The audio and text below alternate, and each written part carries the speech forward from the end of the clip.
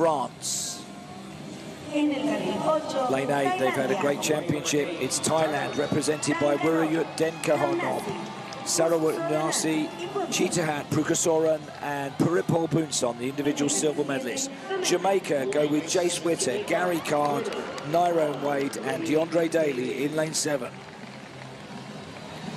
In 6, Korea will lead out with Junyoung Kim, handing to Jolyin Namwadi. Third leg will be Dongjin Kim, and the anchor will be Hugjon Na.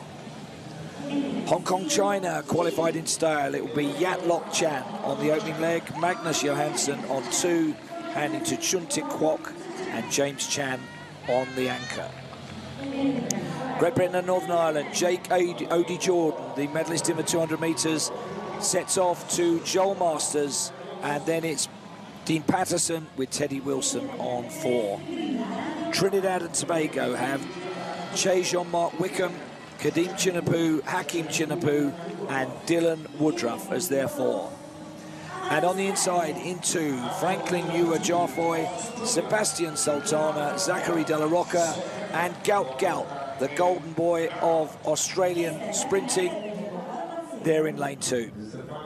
The seeded lanes here are 5, 6, 7, 8. There is Gout Gout, only 16. First chance to see him. We mentioned yesterday, when athletes yawn in this situation, it's tension, not boredom. Body trying to subconsciously get more oxygen on board. So here we go.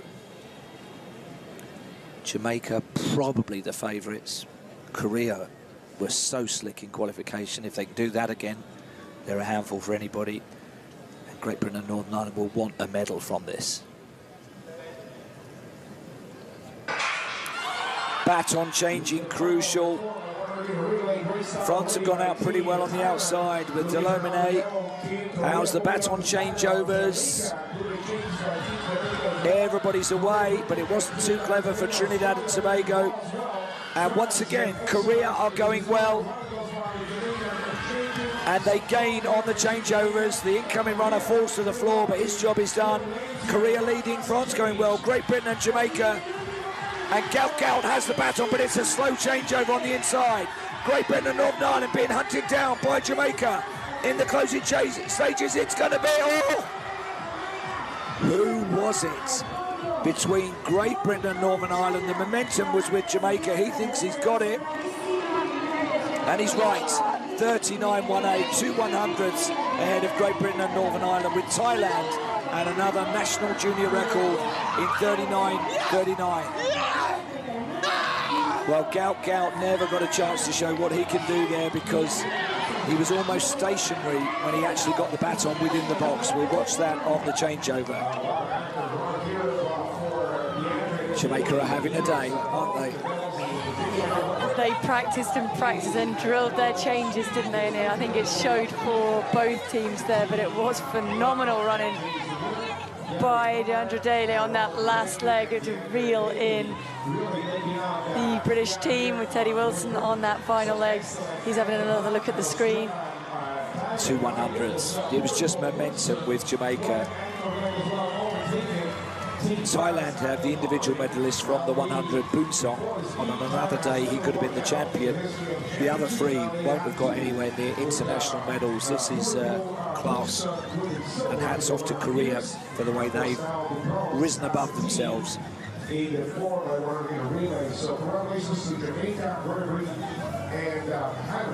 are the medal winners in the 4x100 relay. It is silver medals for Great Britain and Northern Ireland celebrating. They're all a bit overcome, these guys. Sorry. No, they definitely are.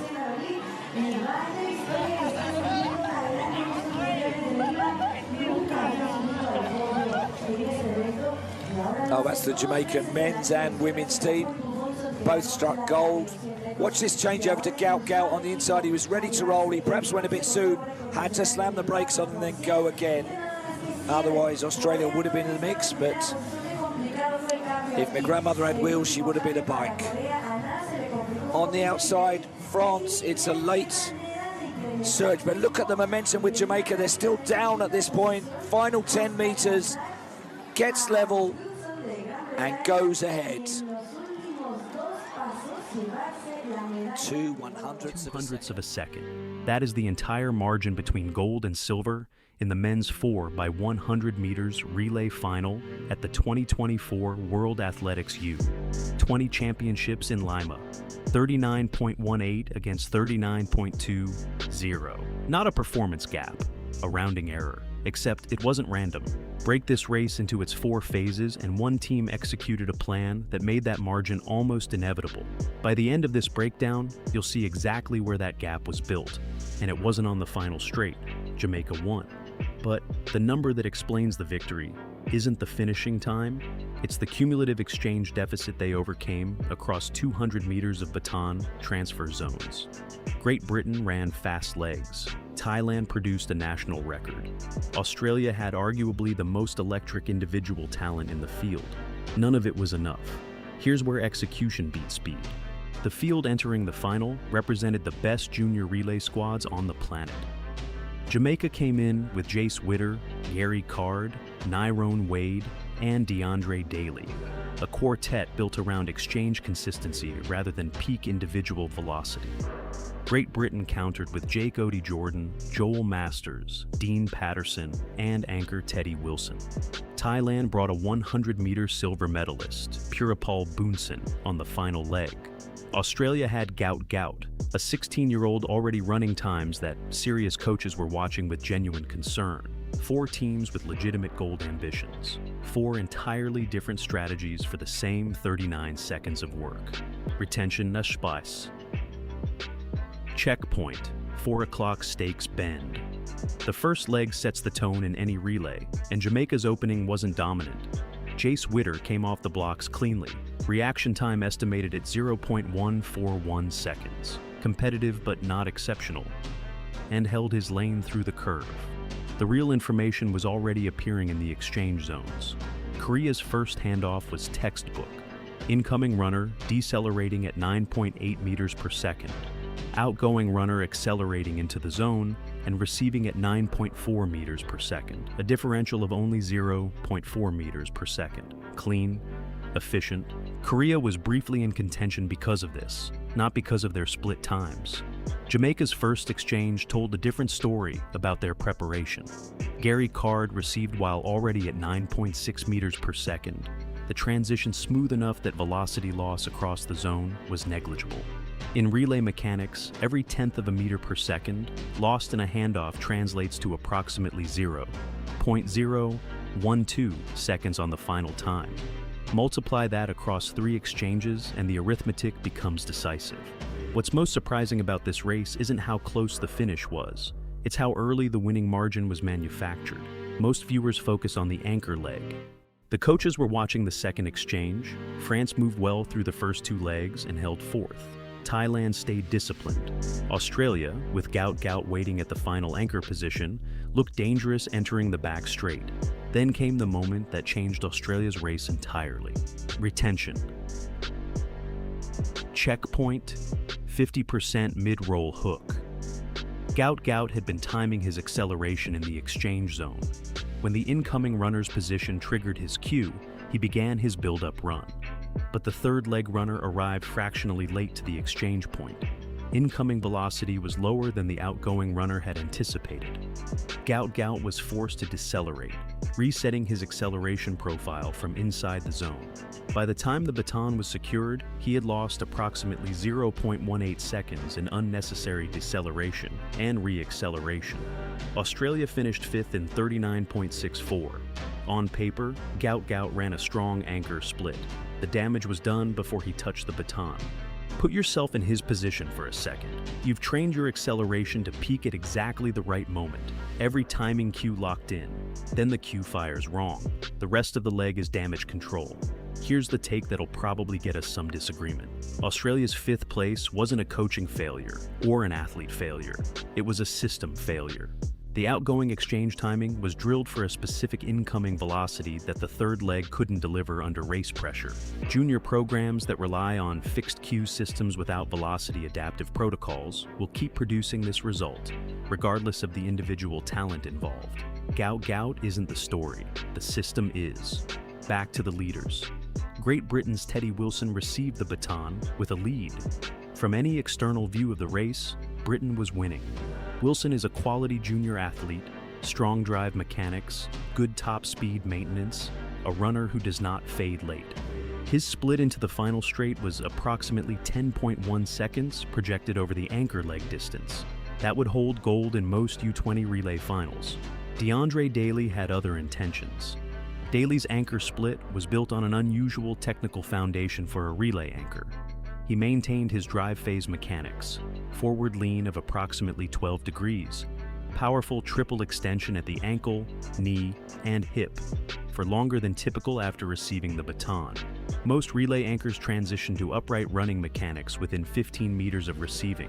Daley held his acceleration posture for closer to 22 meters. The result was a peak velocity approximately 0.15 meters per second, higher than he would have reached with an earlier postural transition.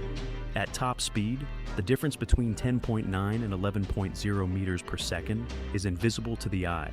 Over 40 meters of closing distance, it's 0.04 seconds gained. He came alongside Wilson in the final 5 meters.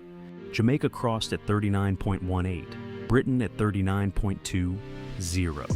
What this tells us about relay racing at elite junior level matters.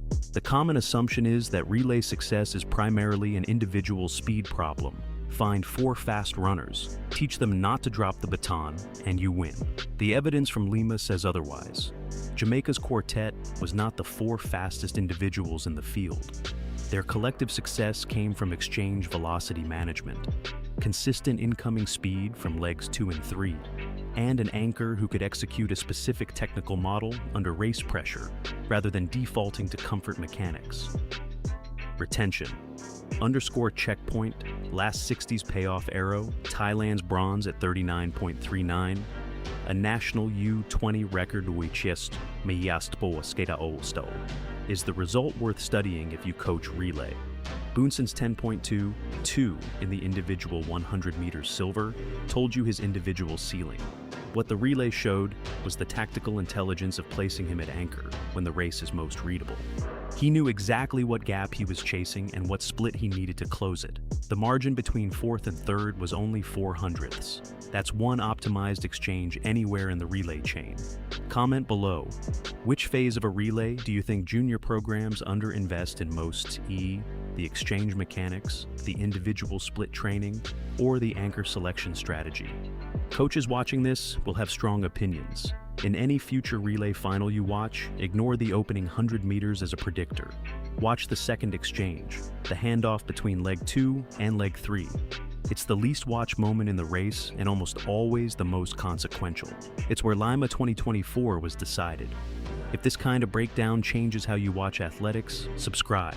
Every video on this channel adds one thing you can never unsee once you know it. Drop a question below. What race or technique do you want broken down next?